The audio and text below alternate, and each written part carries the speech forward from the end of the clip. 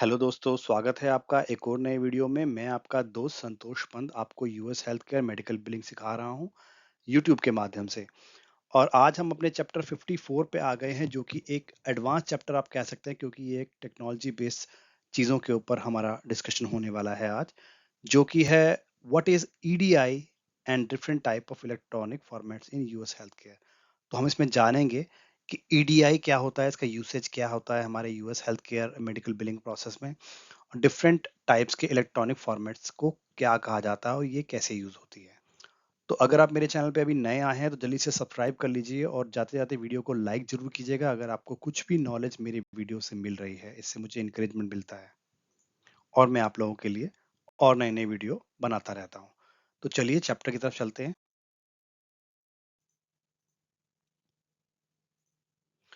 What is EDI? Let's understand what is EDI first. Electronic data interchange in healthcare is a secure way of transmitting data between healthcare institutions, insurers, and patients using established message formats and standards. Okay, तो मैं इसको थोड़ा simplify कर देता हूँ। EDI जो होता है इसको कहते हैं electronic data interchange. That means कि इलेक्ट्रॉनिकली डेटा इंटरचेंज हो रहा है, कहीं से जा रहा है, कहीं से आ रहा है, सेंड रिसीव हो रहा है। ये एक सिक्योर वे में ट्रांजैक्शंस को ट्रांसमिट करने के लिए हमारे यूएस हेल्थ केयर में यूज किया जाता है। ये एक तरह का ईमेल एक्सचेंज नहीं है, मैं आपको क्लियर करता हूँ। ये एक तरह का डेटा इंटीग्रेशन है, जिसमें हम कुछ डेटा अपने यहाँ से सबमिट करते हैं इंश्योरेंस कंपनी को, और इंश्योरेंस कंपनी उसका रिवर्ट में कुछ हमें आंसर देती है। तो ये यूजुअली फिजिशियंस, डॉक्टर्स, हॉस्पिटल और इंश्योरेंस जो होती है हमारी कंपनी, उनके बिटवीन होता है। इन दोनों के बीच में जो भी आदान प्रदान होता है ट्रांजैक्शंस का, उसको इलेक्ट्रॉनिक डेटा इंटरचेंज कहा जाता है। अब इसकी जरूरत क्यों पड़ी? क्योंकि देखिए, जैसे जैसे यूएस हेल्थ केयर बड़ा होता जा रहा है, पॉपुलेशन बढ़ रही है, हेल्थ केयर में एक्सपेंसेस बढ़ते जा रहे हैं, चीजें नई नई आ रही हैं, सब चीजों को मैन्युअली करना बहुत डिफिकल्ट होता जा रहा था। तो हमारे यूएस हेल्थ केयर गवर्नमेंट ने, आप कह सकते हैं, या सॉफ्टवेयर कंपनीज ने क्या सोचा कि कुछ ऐसा मेथड बनाया जाए जो कि एक स्टैंडर्ड हो सभी लोगों के लिए, और हम उसके थ्रू चीजों को इलेक्ट्रॉनिकली प्रोसेस कर सकें। इसके मैं एग्जांपल आपको दे सकता हूँ कि पहले के ज़माने में जब हमारा ईमेल्स नहीं आया था, तो लोग एक दूसरे को मतलब चिट्ठियां लिख के मैसेज पहुंचाते थे। उसके बाद पेजर्स आए, पेजर्स के थ्रू मैसेज करना शुरू किया। उसके बाद ईमेल्स भी आ गई थी। उससे पहले तो ईमेल्स आई, तो जो हमारा लेटर मेलिंग था वो बहुत कम हो गया। देन आज की डेट में हमारे व्हाट्सएप हैं, डिफरेंट काइंड ऑफ मैसेंजर्स हैं, जिसके थ्रू हम इंस्टेंटली मैसेज भेजते हैं। तो अगर हम आज भी वह चिट्ठियां ही लिखते रहते तो कितना आउटडेटेड होता और कितना ज़्यादा वॉल्यूम हो जाता चीज़ को। तो इस चीज़ को कंट्रोल करने के लिए यूएस हेल्थ केयर ने भी ईडीआई सिस्टम को अपनाया, जिसके थ्रू इलेक्ट्रॉनिक डेटा को इंटरचेंज किया जा सकता है। जैसे जब इस इंडस्ट्री में आया था, तो बहुत ऑलमोस्ट लगा के चलिए 30-40% क्लेम्स पेपर पे बिल होते थे। मतलब आप क्लेम क्रिएट करते थे, फिर इलेक्ट्रॉनिकली उसको प्रिंट करते थे, उसके साथ स्टेपल लगाते थे, जो भी आपको लगाना होता था, फिर विंडो एनवेलप में डाल के आप उसको मेल किया करते थे इंश्योरेंस कंपनी को। फिर इंश्योरेंस कंपनी को मिलने में काफी टाइम बाद वो मिलता था, 20 दिन बाद मिला। उसके बाद वो उसको प्रोसेस करती थी, उसके बाद उसके अगेंस्ट में वो एक चेक इशू करती, फिर वो चेक हमारे तक आने में अगले 20 दिन लग जाते थे। तो काफी टाइम लगता था। तो इस सारे प्रोसेस को स्ट्रीमलाइन करने के लिए हमारे यूएस हेल्थ केयर में ईडीआई का उपयोग किया गया।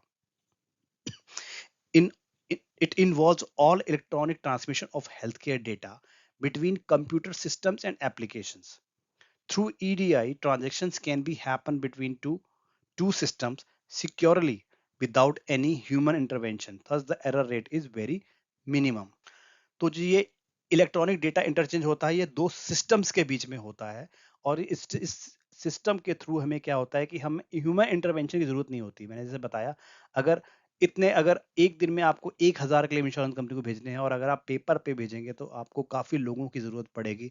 उसमें भी एरर हो सकती है, प्रिंटिंग गलत हो सकती है, ऊपर नीचे हो सकती है, और आपका बहुत कॉस्ट लगेगी। आपको मेल करेंगे तो आपकी पोस्टेज की कॉस्ट लगेगी।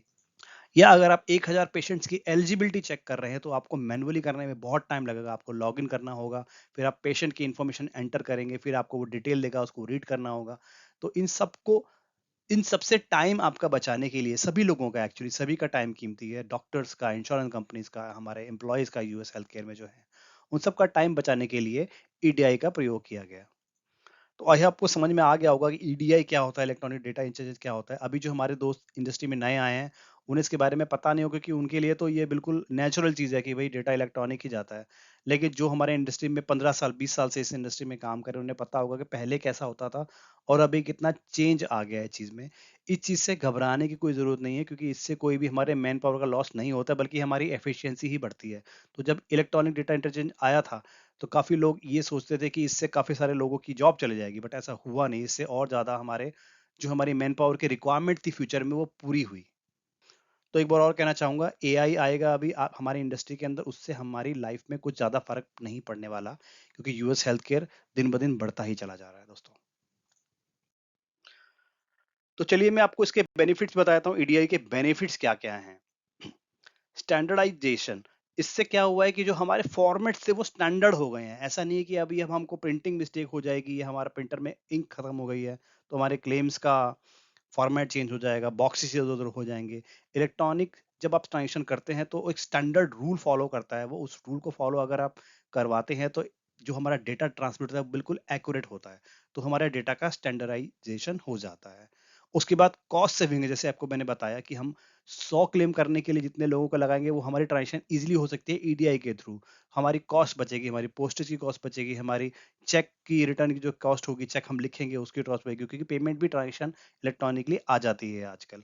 देन हमारी सिक्योरिटी और ज़्यादा बढ़ जाएगी क्योंकि हम जो सिस्टम टू सिस्टम ट्रांज़ैक्शन करते हैं वो बहुत ही सिक्योर सिस्टम होते हैं, बहुत सिक्योर सर्वर्स के थ्रू हमारे जो हमारे सिस्टम्स यूज़ करते हैं सर्वर्स को उनके थ्रू किया जाता है तो डेटा बहुत सिक्योर रहता है। ऐसा नहीं है कि आप इलेक्ट्रॉनिकली आप एनवेलप में क्लेम भेज रहे हैं, उसमें पेशेंट की क्रिटिकल इन्फॉर्मेशन है और उस एनवेलप को कोई भी ओपन करके चेक कर सकता है कि कौन से पेशेंट का क्या डिज़ीज़ है, क्या ट्रीटमेंट चल रहा है। ऐसा नहीं है, इसमें बहुत सिक्योरली ट्रांज़ैक्शन मूव होती है सिस्टम टू सिस्टम। उसके बाद हमारी प्रोडक्टिविटी इंप्रूव होती है, जैसे मैंने बताया कि मल्टीपल ट्रांज़ैक्शन सिस्टम कर लेता है और 1000 लैक्स ऑफ ट्रांज़ैक्शन हमारी डेली होती है और जितना हमारा इंटरनेट स्पीड होगा उतनी तेज़ हमारी ट्रांज़ैक्शन होती है। तो इसमें बहुत सारी प्रोडक्टिविटी हमारी बच जाती है, जो मैनुअल एफर्ट होते हैं वो बच जाते हैं और प्रोसेसिंग बहुत फास्ट हो जाती है, ये भी इसकी बहुत बेनिफिट क्योंकि जहाँ आप पहले क्लेम पेपर पे फाइल करते थे, आपके क्लेम को इंश्योरेंस को मिलने में 20 दिन लगते थे, यहाँ पे 24 आवर्स में इंश्योरेंस कंपनी को क्लेम मिल जाता है, तो आपकी प्रोसेसिंग बहुत फास्ट हो जाती है। इसके अगेंस्ट में डॉक्टर्स को पेमेंट भी उसी हिसाब से जल्दी आ जाती है। तो ये हो गए हमारे बेनिफिट्स और अब मैं आपको बताता हूँ कि डिफरेंट इलेक्ट्रॉनिक फॉर्मेट्स में types of different EDI transactions क्या होती है, क्या-क्या टाइप की ट्रांजैक्शन होती है जो बहुत फेमस है, जो हम रेगुलर बेसिस पे यूज करते हैं। सभी तो मैं आपको नहीं बता सकता उस वीडियो में, बट मैं आपको कुछ टाइप ऑफ ट्रांजैक्शन बता देता हूँ जो कि हम बहुत ज्यादा यूज करते हैं अपने हेल्थ केयर में। 270 एंड 271, ओके, जो हमारी ट्रांजिशंस होती है ना ईडीआई की, हम उनको नंबर्स दे देते हैं। यूजुअली हमने स्टैंडर्डाइजेशन किया हुआ है इसका, तो हम नंबर जब बात करते हैं कि भाई 270 में क्या आपने भेजा, 270 में क्या आया। 270 मींस कि आप एलिजिबिलिटी करना चाहते हैं। पहले के जमाने में क्या होता था, आप इंश्योरेंस वेबसाइट पे लॉग इन करते थे, वहां पे चेक करते थे, फिर बेनिफिट्स के सेक्शन में जाते थे, देखते थे आपके प्रोडक्ट की स्पेशलिटी कवर है या नहीं है, कोपेस के कलेक्शन में जाके देखते थे कोपे कितना है, डिडक्टेबल्स के सेक्शन में जाते थे कि इन नेटवर्क डिडक्टेबल कितना है, आउट नेटवर्क कितना है। अब इसमें क्या है कि आप सिंगल क्लिक में आपके सिस्टम ने आपको बहुत सारे सिस्टम जो है हमारे मेडिकल बिलिंग के, उन्होंने आपको इलेक्ट्रॉनिक एलिजिबिलिटी का ऑप्शन दे दिया है क्लियरिंग हाउस के थ्रू। वो क्या करते हैं, आपको एक सिंगल बटन देते हैं, आप उस बटन पे क्लिक करते हैं, वो आपको 4 मैक्सिमम 10 सेकंड्स के अंदर आपको रिजल्ट बता देता है इलेक्ट्रॉनिक का।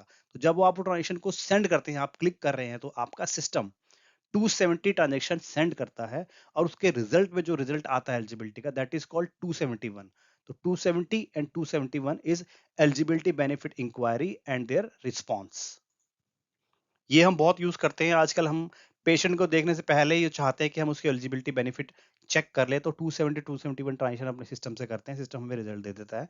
देन बहुत फेमस जो है हमारा वो है 837, that is use to send claims information. मतलब आप अगर क्लेम्स सबमिट कर रहे हैं इंश्योरेंस कंपनी को, तो आप 837 स्टैंडर्ड ट्रांजेक्शन रूल यूज करते हैं या फॉर्मेट यूज करते हैं। 837 में आपके क्लेम जाते हैं, देन 835 में आपको उसका रिस्पॉन्स आता है। अगर आपने कोई क्लेम सेंड किया है तो उसके अगेंस्ट में आपको 835 में इंश्योरेंस कंपनी रिस्पॉन्स देगी।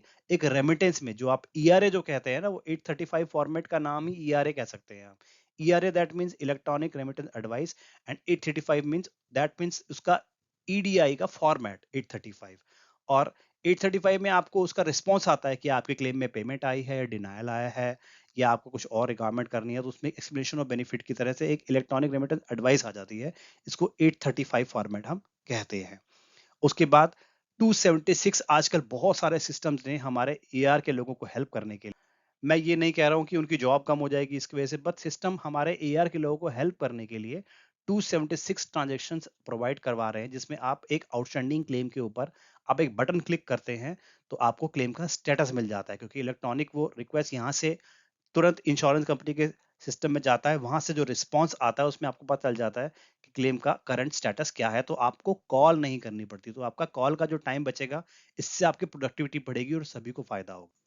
तो 276 ट्रांजेक्शन भी काफी पॉपुलर हो रही है, सभी सिस्टम्स में नहीं आई है, पर most of the billing system जो है ये इसको यूज कर रहे हैं। अभी आगे आने वाले टाइम में आप देखेंगे इसका यूज और ज्यादा बढ़ जाएगा, और हो सकता है इसका ऑटोमेशन भी हो जाए, और जहां पे 276 का ट्रांजेक्शन फेवरेबल है डॉक्टर के लिए, मतलब कि पेमेंट आने वाली है, उनको ट्रांजेक्शन को आपको एक्सक्लूड कर दिया जाए, आपको उन पे कॉल नहीं करना होगा, और जो भी जिसके अंदर भी कुछ प्रॉब्लम होगी वो आपके क्लेम्स फॉलोअप के लिए आ जाएंगे, तो हमारे एआर के भी लोग उसके ऊपर इजीली काम कर लेंगे, तो प्रोडक्टिविटी हमारी बढ़ेगी, बहुत फायदे हैं इसके। तो दोस्तों, आज का मेरा चैप्टर यहीं पे क्लोज होता है। आपको अगर इससे फायदा मिल रहा है तो जरूर जाते आते लाइक कीजिएगा, अपने दोस्तों के साथ शेयर कीजिए जो इस प्रोसेस को सीखना चाहते हैं, अच्छे से इसमें आगे बढ़ना चाहते हैं, ग्रो करना चाहते हैं हमारे यूएस हेल्थ केयर प्रोसेस में। और जाते जाते सब्सक्राइब जरूर कीजिएगा दोस्तों, और मैं आपको मिलूंगा अब अपने नेक्स्ट चैप्टर में। Thank you, bye bye.